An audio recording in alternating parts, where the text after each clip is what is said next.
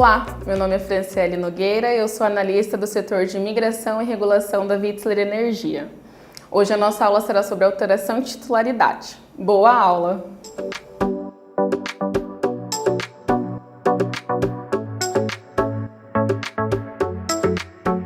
De conhecimento prévio que a gente tem, alteração de titularidade é quando você regulariza o contrato social do cliente com os dados dele na distribuidora. Tem as sugestões que a gente pode dar também das outras aulas da Universidade Witzler, que é os procedimentos de migração e o passo a passo da migração. Fica a dica para quem quiser aprender um pouco mais sobre o nosso processo. Os objetivos da alteração de titularidade. Eles são para migração em comunhão de direito, que é aquela migração em que eles precisam estar na mesma raiz de CNPJ. São para aquisição de uma nova unidade.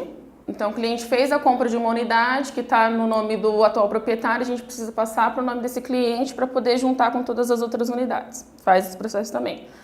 A alteração no contrato social, então, se vendeu aquela empresa, se comprou outra empresa, se abriu uma filial, se trocou o CNPJ, alterou a razão social por algum motivo, a gente também precisa fazer a atualização na distribuidora. Porque quando eles pedem alguma coisa, normalmente eles pedem contrato social também, precisa estar batendo os dados. E também a atualização perante a distribuidora. Então, às vezes o cliente, como eu já falei, fez aquela alteração no contrato social e nunca lembrou de informar a distribuidora deles. Porque a fatura vai continuar sendo cobrada, se ele continuar com os dados em dia, vai continuar vindo o fornecimento de energia para ele, então não tem por que ele se preocupar com isso também, em alguns casos. Mas aí quando vem para a gente representa ele perante uma procuração, os dados precisam estar batendo. Os documentos necessários para uma alteração de titularidade do cedente, que é o atual proprietário, é o CPF e o RG, são os documentos pessoais dele, do representante legal da empresa, então precisa estar aquele representante no contrato social ou ele ter uma procuração que ele pode representar aquela empresa, e o e-mail do contato. De preferência, o e-mail nominal. Por quê? Porque algumas distribuidoras, como por exemplo a EDP ou a RGE, eles não aceitam que eu envie um e-mail financeiro@xpto. Eles pedem que seja o fulano de tal naquele e-mail, porque eles têm certeza que ele vai estar assinando aquele documento. Porque raramente é um documento físico. Normalmente a gente pede sempre o documento digital. Então precisa dos contatos, tanto de CPF RG, do atual proprietário e também do e-mail dele para ele assinar esse processo. Do nosso cliente, do cessionário, a gente pede os documentos pessoais. No caso, como a gente tem a procuração, não tem a necessidade, porque a gente envia a procuração e envia os documentos de um dos nossos representantes. No caso, a gente sempre envia o do Gabriel, que é um dos procuradores.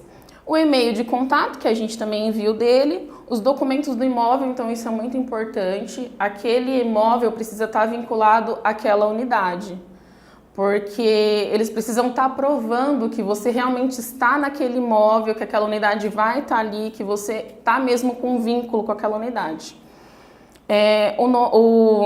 E precisa estar em nome da empresa atual também, já precisa estar atualizado, seja a matrícula do imóvel ou um contrato de aluguel, mesmo que seja um contrato de aluguel bem simples, sem reconhecimento de firma, é necessário. E também precisa da cópia da última atualização do contrato social e o CNPJ matriz e filial. Acontece alguns casos de o cliente não abrir uma filial, mas querer que passe a titularidade para aquela unidade. Depois eu vou falar mais pra frente, tem distribuidoras que não aceitam.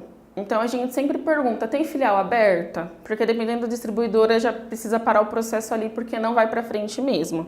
E aí precisa encontrar outra alternativa. Em documentos complementares tem algumas particularidades de distribuidora para distribuidora. Então no caso da Copel, a assinatura deles, a gente até informa um e-mail, mas a assinatura é feita pelo e-protocolo, que é um sistema, é um portal que eles têm de assinaturas do estado do Paraná. Então, todo documento da Copel, eles pedem que o cliente tenha o cadastro no e-protocolo e nós também como assinantes do cliente. A EDP exige uma carta timbrada com os dados do cessionário, do cedente, com demanda, com trafo, e informando que a gente não vai fazer nenhuma alteração desse tipo, senão algumas vezes tem que entrar com projeto. Então a gente também envia essa carta, que aí a gente faz essa carta aqui mesmo. A Enel Ceará é aquela que não altera a titularidade se não tiver uma filial aberta. Então, a gente teve um caso de um cliente que ficou meses nessa situação porque ele não podia abrir uma filial em nome daquele CNPJ, porque ele estava com outro processo e a gente não conseguia encontrar uma alternativa. Por mais que a gente falasse da norma, por mais que a gente argumentasse, eles realmente não abriram essa exceção, eles não fazem esse tipo de coisa porque eles falam da Receita Federal, que pode trazer algum problema. Então a gente não teve como, o cliente depois encontrou outra alternativa, passou para outra empresa que ele tinha e a gente conseguiu seguir com esse processo. E na CPFL, caso o cliente já venha migrado, então é uma unidade que já está no livre e vai passar a alteração de titularidade para outra unidade. Precisa ter uma carta de implemento na CCE, constatando que ele não tem nenhum débito lá. A gente emite essa carta por aqui mesmo e o boleto a gente envia para o cliente no valor de R$140. É uma carta que é uma só por CNPJ, então independente de quantas alterações ele for fazer, quantas filiais ele tem, é uma carta só. E a gente envia para a CPFL por conta de que pode ter algum débito lá e você vai passar para a próxima pessoa e esse débito fica em aberto. Observações importantes que a gente tem que ter quando vai fazer a alteração de titularidade. A alteração de titularidade, eu digo que ela é feita assim como o primeiro passo da migração.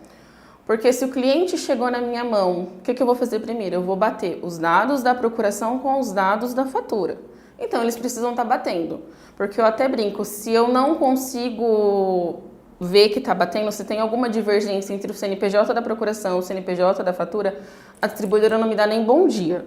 Eles realmente não, eles falam que eles não podem passar nenhum dado, não tem como, então precisa se atentar a isso. Se for uma fatura que vai fazer uma alteração de titularidade, também precisa avisar. Eu peço que avisem a gente antes, porque a gente já tem ciência que aquele cliente vai passar por esse processo. Esse processo é feito até antes da denúncia ou da notificação na distribuidora. Por quê? Porque após a alteração de titularidade, ele vai trocar todos os documentos dele na distribuidora. Então, se a gente primeiro denuncia para depois fazer a alteração de titularidade, pode ter uma divergência no final do processo, ou esse processo pode demorar um pouco mais. Então, 99,9% dos casos a gente primeiro altera a titularidade para depois denunciar. É uma exceção ou outra que a gente abre, que está perdendo a data, que precisa ir mesmo, e aí a gente primeiro denuncia para depois alterar a titularidade, mas é raro. As unidades que já são livres, quando elas vão fazer essa alteração de titularidade, a gente informa a distribuidora e a gente também precisa informar a CCE.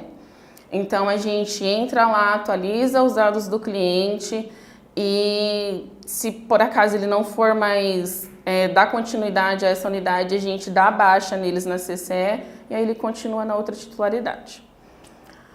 A procuração.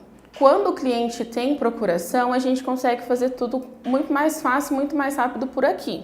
Nosso cliente sempre tem. Porém, o outro, o cedente, não é sempre que ele vai dar uma procuração para outra pessoa. Então, se houver a possibilidade de conversar, a gente faz uma procuração específica para alteração de titularidade. A gente coloca os dados daquela unidade, o endereço, diz que é para fins de alteração de titularidade, a gente coloca uma data menor, porque assim a gente consegue fazer as duas assinaturas por aqui, fica um processo muito mais fácil, muito mais rápido. O cliente não precisa ficar correndo atrás também da outra parte para ficar assinando aquele documento para ele. Então, facilita muito na finalização do processo. Em situações de grupo B, que a gente tem algumas unidades que já estão migradas, mas que têm unidades do grupo B, em alguns casos a gente até consegue fazer a troca da titularidade por aqui. É pelo portal da CPFL, por exemplo, o portal da distribuidora, e a gente consegue fazer desde que não tenha débito e que esteja tudo correto na distribuidora. Porém, em alguns casos, eles pedem até que a pessoa vá pessoalmente à unidade da distribuidora da cidade. Então, eles não fazem via portal, não fazem via e-mail. Então, nesses casos, dificulta um pouco para a gente, aí o próprio cliente precisa estar fazendo esse processo, em alguns casos. E o acesso à distribuidora. Tem a CEMIG, por exemplo, a gente só consegue fazer a troca de titularidade por dentro do portal. Então, é extremamente importante que tenha o acesso da CEMIG quando esse cliente vem. Porque, às vezes, tá ali na correria, precisa daquele acesso o mais rápido possível para a gente conseguir fazer a alteração e conseguir fazer a denúncia. Então é importante que tenham acesso, já pergunta se o cliente tem, se não tiver a gente tenta fazer um para ele. Da Copel também precisa fazer a alteração por dentro do portal. Nessa situação de abertura de mercado, as distribuidoras estão tentando ajudar. Então eles estão tentando fazer os processos mais por dentro do portal deles. Em alguns casos é muito mais simples, em alguns casos complica um pouco mais, por conta do acesso que nem todo cliente tem. Mas acontece da gente precisar do acesso do cliente quando é CEMIG, por exemplo. Então é importante conversar com o cliente, explicar para ele que precisa do acesso. É um acesso que só vai dar acesso realmente à fatura dele, aos dados ali na distribuidora, não tem nada demais. A gente vai precisar de qualquer forma, então é bom deixar ele ciente disso. E assim, falando de alteração de titularidade, basicamente é isso. O tempo de resposta da distribuidora pode variar de acordo com os documentos, se o processo dela for mais simples também. Então tem troca de titularidade que está tudo certo, a gente consegue fazer em 10 dias úteis. E tem troca que vai 30, 40 dias, porque vai documento, volta documento, não é aquele, não está certo. Então varia bastante. Mas é um processo que está aumentando muito a demanda aqui na empresa. Por baixo, assim, a gente tem hoje em torno de 40, 50 alterações de titularidade rodando. Então é bastante coisa. E a tendência é crescer mais com a entrada de tantos clientes aqui pra gente. Espero que eu tenha conseguido passar o conhecimento que eu tenho para vocês. Espero que eu tenha conseguido ser clara. E agradeço a atenção, agradeço a oportunidade, o convite. Fico muito honrada de estar aqui com vocês. Se me permitem um trocadilho também, hoje faz 1 ano que eu migrei para migração. Então, o pouquinho que eu aprendi, eu estou tentando passar aqui para vocês hoje. Essa foi mais uma Universidade Vitzler. Obrigada pela sua atenção. Até a próxima!